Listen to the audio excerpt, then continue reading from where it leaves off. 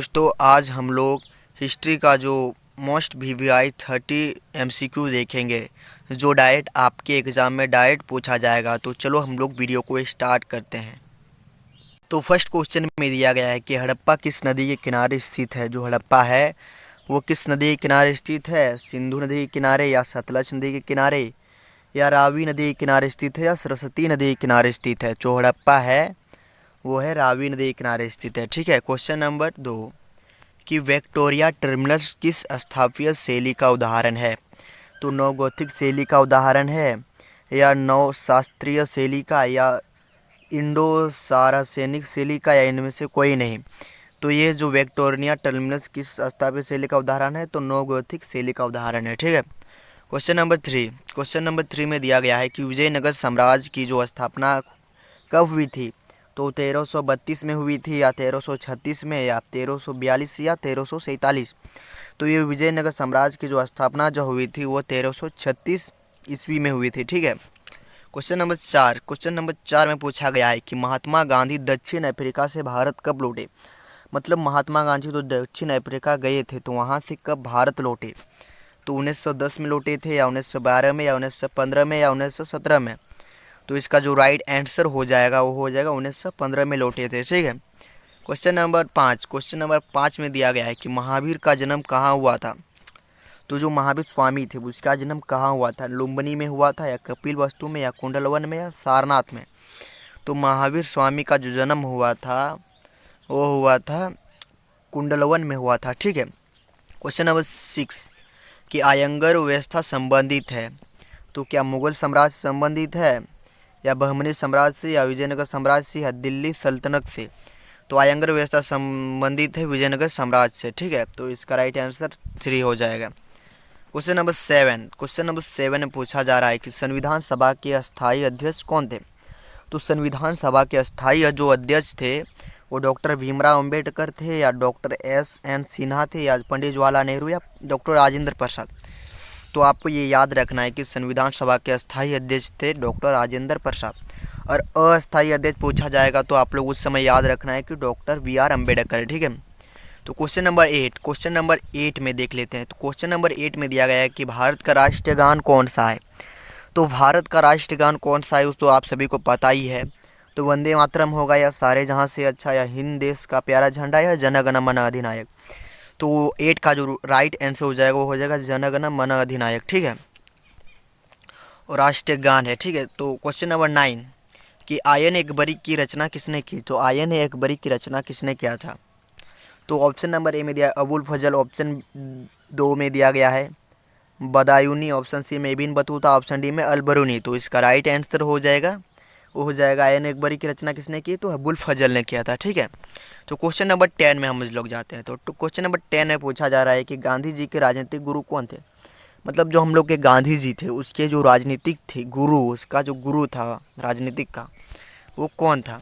तो दादा भाई नौरोजी, या गोपाल कृष्ण गोखले, या महादेव गोविंद पांडे, या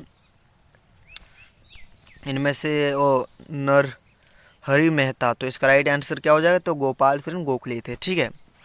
क्वेश्चन नंबर 11 कि अशोक के अभिलेखों में कितने प्रकार के प्रांतों का उल्लेख किया गया है? तो अशोक का जो अभिलेख हुआ था तो ये प्रांतों में कितने प्रांतों में? तो 5 प्रांतों में, या 3 प्रांतों, या 4, या 7। तो इसका राइट है जो आंसर हो जाए वो 5 प्रांतों में उल्लेख किया गया है। ठीक है। क्वेश्चन नंबर 12 कि भारतीय संविधान की संसदीय प्रणाली किस देश से लिया गया है? तो ये संसदीय मतलब संसद का जो प्रणाली जो हुआ था भारत में तो वो किस देश से लिया गया है? तो वो देश हम लोग का था वो ब्रिटेन से लिया गया है। ठीक है। और आप लोग संविधान किस देश से लिया गया है ये सब जो इम्पोर्टेंट टॉपिक है इस सबको आप लोग ध्यान से याद कर लीजिएगा। ठीक है। तो संविधान जो लिया गया है वो अमेरिका से लिया गया है। ठीक है। तो क्वेश्चन नंबर 13 कि फूट डालकर विजय प्राप्त करने का कार्य सर्वप्रथम किस राजा ने किया था? जो फूट डालकर जो विजय प्राप्त करने का जो कार्य किया था वो क्या समुद्रगुप्त थे, या चंद्रगुप्त मौर्य, अजात शत्रु, या अशोक? तो इसका जो राइट जो आंसर हो जाएगा वो अजात शत्रु थे। ठीक है। और आप लोगों को यदि इस बार आप लोगों को बढ़िया से बढ़िया अंक लाना है तो आप लोग कमेंट में बताइए कि हमें इतना अंक लाना है। ठीक है। तो मैं उसी प्रकार आप लोगों को बढ़िया से बढ़िया वीडियो देने का प्रयास करूँगा। और आप लोग इस वीडियो को ज़्यादा से ज़्यादा शेयर कीजिएगा, ठीक है। तो भारतीय राष्ट्रीय कांग्रेस के संस्थापक कौन थे? तो A.O. ह्यूम थे, O.O. ह्यूम, ठीक है। तो क्वेश्चन नंबर 15 में हम लोग चलते हैं। तो सिंधु घाटी सभ्यता में समाज का स्वरूप क्या था? मतलब जो हम लोग का सिंधु घाटी सभ्यता जो था उसमें जो समाज का स्वरूप कैसा था, मतलब समाज के लोग कैसे रहते थे? तो मात्र शतात्मक थे या पृथ शतात्मक या ए और दो, मतलब एक और दो दोनों, या इनमें से कोई नहीं? तो इसका राइट जो आंसर हो जाएगा वो मात्र शतात्मक थे, ठीक है। क्वेश्चन नंबर 16 कि धम्म नीति की शुरुआत किसने किया? जो धम्म नीति जो चलाया गया था उसकी जो शुरुआत किसने किया था? तो चंद्रगुप्त टू ने किया था, या चंद्रगुप्त मौर्य ने, या चंद्रगुप्त ने, या अशोक ने? तो जो धम्म नीति की जो शुरुआत किया था वो अशोक ने किया था, ठीक है। तो क्वेश्चन नंबर 17 में जाते हैं हम लोग। तो गेटवे ऑफ इंडिया का निर्माण कब हुआ? जो गेटवे ऑफ इंडिया है उसका निर्माण कब हुआ था? तो 1910 में हुआ था, या 1911, या 1912, या 1913 में? तो गेटवे ऑफ इंडिया का निर्माण जो हुआ था वो 1911 में हुआ था, ठीक है। और आप लोगों को समझ में आ रहा है तो इस वीडियो को आप लोग ज़्यादा से ज़्यादा शेयर करें और इस वीडियो को आप लोग सब्सक्राइब कीजिए, ठीक है। तो जीतल क्या था? तो जीतल एक प्रकार का शस्त्र था, सिक्का या वाद्य यंत्र था, या उपाधि था?